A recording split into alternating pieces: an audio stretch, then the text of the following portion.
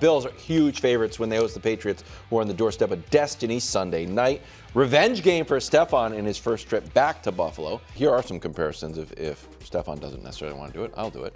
Completion percentage goes to Drake Maye. Total yards, Josh, who don't get me wrong, no one's played the game like him, has ever. 9 more yards. That really makes yards per pass good. exactly the same. Touchdowns 9-3, 10-1, and pass rating identical. Well, no. Again, Josh Allen, no one's ever played the game like him, is at 109.7, and Drake Maye is at 109.4 on the doorstep of destiny. Do you think this is a fair comparison, Brew? Look. Yep. Exactly. I wouldn't mind being wrong. I like Drake Maye. I like him as a player. Like I last year, I thought I'm just saying. I don't think he's going to be as good as Josh Allen. Yeah, good. Right. There's been very few quarterbacks ever as good as Josh Allen. You don't think he's going to be a Hall of Famer and win MVP? I think it's a fair take. I think the comparisons are fair. Like he's big, he's 6'4", 225. Not in that picture behind Wild. Josh Allen is that he's bigger than that picture. Both of them. Right, he's an inch smaller, inch shorter than Josh. So he's a big guy. He's got a cannon for an arm, like Josh. He can run the football. You said it, like Michael Vick and all that. Randall Cunningham. So he came in kind of raw. Like we're gonna mold him. He's got all the physical tools. We'll mold him. Powerhouse school. So I think the comparisons are fair. You do see some similarities for sure. When you look at their first seasons, Drake actually probably had a better first season statistically than Josh did. And the other thing that's valuable to both those guys, so Josh had Brian Daboll with him, and now Drake has Josh McDaniels, which I think is going to be a significant part of his development. And it just depends on how hard he works in the classroom. And if he legitimately has that same work ethic that I think Josh Allen has, then he has a real opportunity to make significant strides, not just this year, but moving forward. And that gives him the best chance. The other issue is Josh went through that phase of, tons of touchdowns, tons of picks, which Drake, that's an issue as well. So will Drake be on the roller coaster as well, or will he be able to figure that aspect out? Because he can't be losing games while you're trying to hopefully win a few. It does feel like Josh makes this offense a little bit easier for Drake, just watching the games. Like he doesn't have to Josh McDaniels, sorry. Yeah. Drake doesn't have to do a lot of heroic stuff. There's some plays like, that play will work. It's a simple play with simple passes, what Mac Jones benefited from. We all know that Drake is on the doorstep of destiny in this game. I do have a caveat, because people are like, doorstep of destiny, that means the ball's going to be flying around. It's going to be like Mahomes, Josh. Everyone's going to have 300 yards. I don't think everybody is thinking. Everybody is thinking. I'm just telling you. I don't think. There's one person at the destiny. No, go ahead. Doorstep of destiny. Yeah, sure. Buffalo's run defense is giving up 164 yards per game. Against bad teams. New Orleans not Baltimore. But New Orleans, who it's like, they're going to be down. They're going to throw. New Orleans, they gave up 189 to New Orleans, 130 to Miami. The Jets ran for 100, including 50 from Justin Fields. Would definitely take advantage of that? Who? Michael Vick and Randall Cunningham. Hello. I just think we're going to be running the ball a lot, and it's not going to be. But you have the most prolific rushing passer in the history of football. Yeah, that's what I'm saying. So he's going to run. He's going to run, and he hasn't really done a ton. But it's not. I think it's just going to be more of a ground and pound game than the ball. It's also might be windy. Have you seen this video of Josh Allen throwing the ball in the wind? Can I just give me 15 seconds to give my take on this? I like Drake the second most of any quarterback in his draft class. I liked him more than Jaden. I think he is actually ahead of schedule. Yeah. I think any Josh Allen comp is unfair to a player. I think Josh's trajectory and Josh is unlike any player we've ever seen. And where I do agree, we joke about the take of he plays the position better than anyone has ever played it, or whatever the quote was. He does have physical traits that to me are only matched in NFL history by Cam, as far as his size, his rushing ability, and arm strength. And I think Drake Maye has good size, good rushing, arm strength. I think he can be a great player. great player, and not be Josh Allen. The game feels very slow to Josh Allen. Broncos at Eagles Sunday at 1. Eagles 20. So this is the last 8 games from the Eagles. They're 8 wins, which is nice. They were winning the playoff games by 17. They've only won these games by 5. Hurts' total yards is down 30+, and Saquon's yards are almost cut in half. Yikes. I didn't realize it was that bad. 143 to about 77. Are you expecting a complete game from Jalen in the Eagles against the Broncos, Nick? I mean, no, because we haven't, in my opinion, really seen one yet. And I think the Eagles right now, Coach, are a great case study in one of your favorite catchphrases that I'm sure you didn't come up with, but I give you credit for. Maybe you know I didn't come up with it. Because I think you're going to tell me you got it from Parcells or something. Okay. Do not ignore in victory what you would not ignore in defeat. Did you come up with that? No, I don't even think I said it that way. Oh, okay. All right. Well, whatever. You know what I'm saying. And because right now the offense is broken. And that I don't think that's an overstatement. If we show you their offensive ranks, to me, the fact that they're able to score 27 points per game despite being 30th in yards, 31st in passing yards, 16th in rushing yards, 29th in yards per rush, 30th in yards per play, tied for 25th in explosives, I don't think that's sustainable. So maybe we don't like, or people didn't like, the way A.J. Brown has sounded the alarm because it feels A.J. Brown-centric.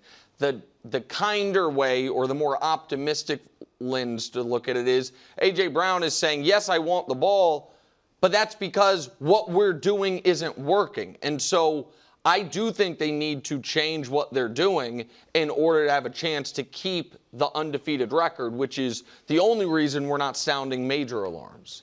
Yeah, when you look at it, it's hard to know what a complete game for Philly is anymore because it used to be Saquon would be dominant, and then from a passing perspective, they made enough plays to win, but they didn't have to rely on it.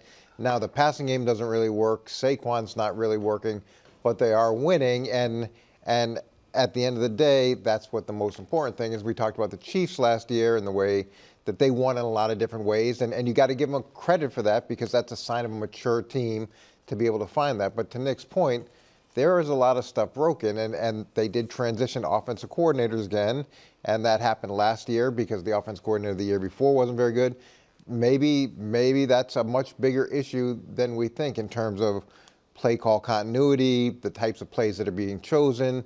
So it's nothing they don't realize, and it's going to get significantly louder the first game that they lose. And to not be able to somehow show some progress in these victories, I think is going to be a huge, huge issue when they finally do lose a game.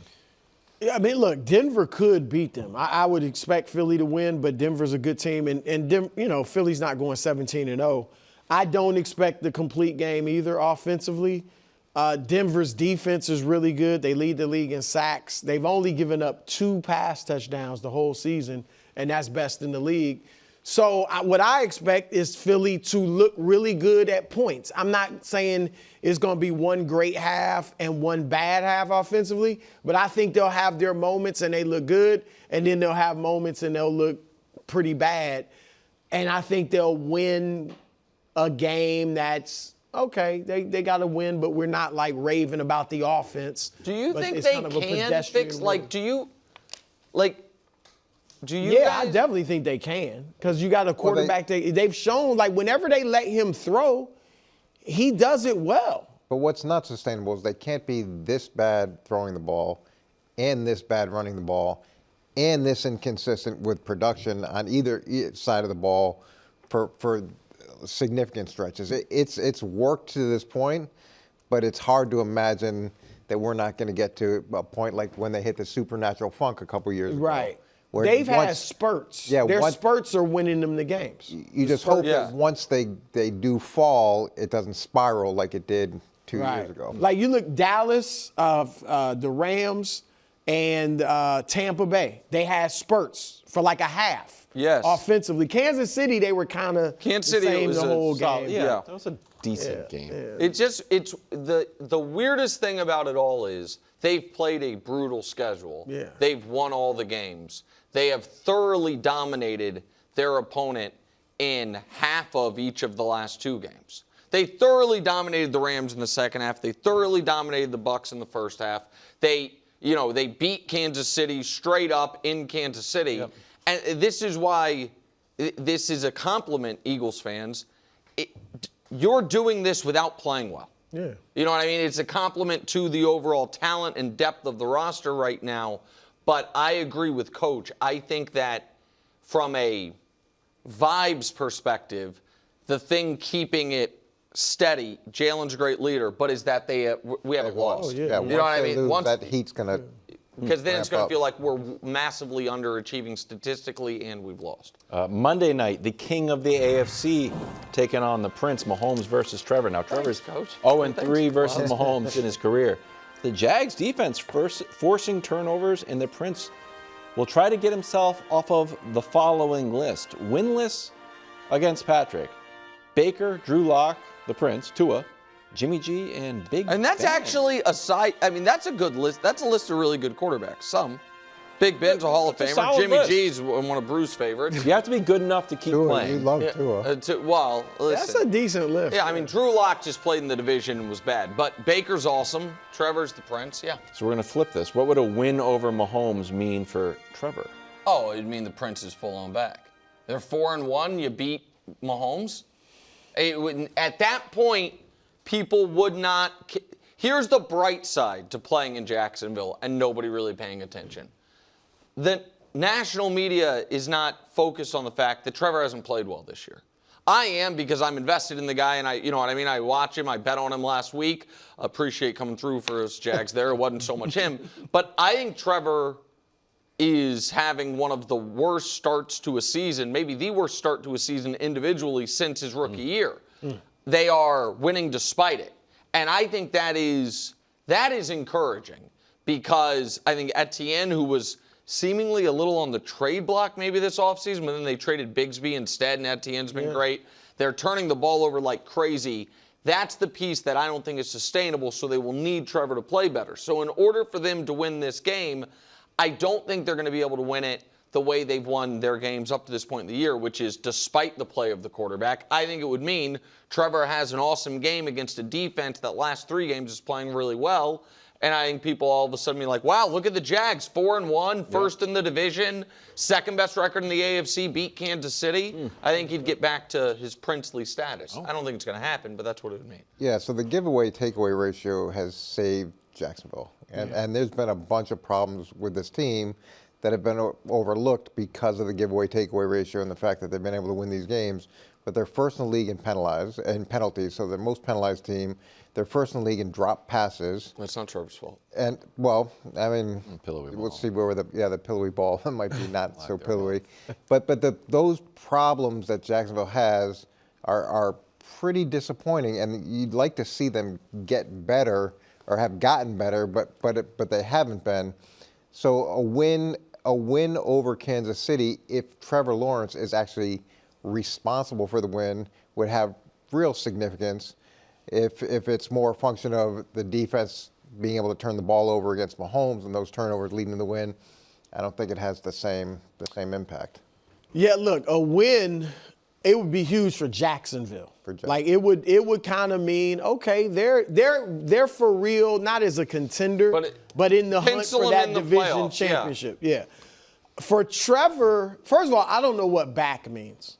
Like, when was he? I mean, like, back to the Clemson days, or back to before he came out? Right, back to before he suffered a career-altering injury that his career hasn't been the same since. I mean, this is how Trevor. You mentioned how he's been struggling, Nick. Look at these ranks. I told you he hasn't been good. I mean, I didn't know they were this bad. that is horrific. You were like, it's pretty bad. I didn't know it was this bad. Yeah, that's why I knew Nick was going to soft pedal it. So I didn't soft pedal it. I said he hasn't been good. All right, that's not good. That's like horrific. Yeah, that's bad, I would say. And so even if he goes out there and cooks, I have to see more. Like, I'm not going to be like, oh, Trevor has arrived.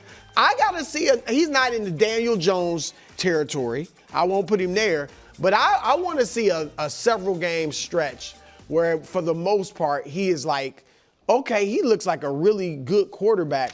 Just one great game won't do it for him. So a lot of times we have those bad quarterback stats. We say offensive line. You know, that's a lot with. Or coaching. Yeah. Always. Trevor's been pressured on 21.7% of his drive. Listen, second lowest in the league. I'm here so he's sitting back He's there. got one of the best running backs in the league thus far. I'm here to tell you. 2 very good receivers. Yeah, I'm here to tell you the coaching's been good. The protection's been good. He's had a great running game. The only part of this that I think is not on him is the drops have been brutal, and that part I do not think is fair to blame Trevor Lawrence for. But he has not only has he missed some easy throws, his mistakes come in the red zone. And that sadly is the trend for his whole career. This is why they call me the mayor of fair. Even though he's my guy, I have to be honest about what I'm saying. I don't know what Trevor was. We're like year 12 with Trevor now. He's kind of like, well, maybe he's not going to make it. All right. First of all, it's year 5. Second of all, year 2, 7th in MVP voting. Pretty good. He was 7th. Year 2. By that point, I apologize. Just like, whatever. I don't care. In year 2, there were 6 whole players more valuable than Trevor Lawrence. I'm sorry. Gotta apologize for it. Thanks for watching. Subscribe here to get more from the show and to check out clips from other shows on FS1.